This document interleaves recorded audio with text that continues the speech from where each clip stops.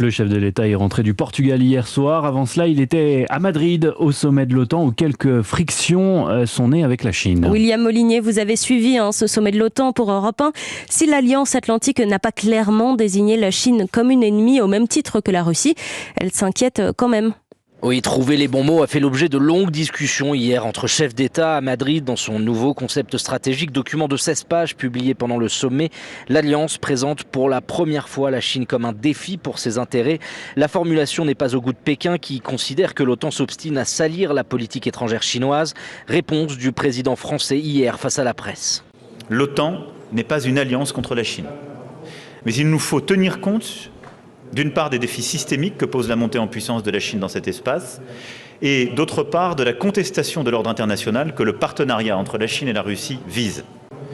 Il y a un défi chinois, mais il n'y a pas une alliance qui veut s'opposer ou qui cherche un nouvel ennemi.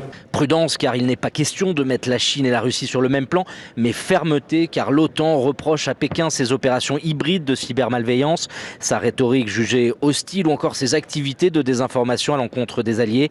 Les enjeux de sécurité de l'Atlantique Nord sont de plus en plus liés à ceux de l'Indo-Pacifique, où la Chine rivalise désormais quasi frontalement avec les intérêts américains. Merci William Molinier. Preuve de l'intérêt stratégique de cette région pour la France. Emmanuel Macron déjeune aujourd'hui à l'Elysée avec le Premier ministre australien 9 mois après l'annulation du contrat du siècle sur la vente de 12 sous-marins français.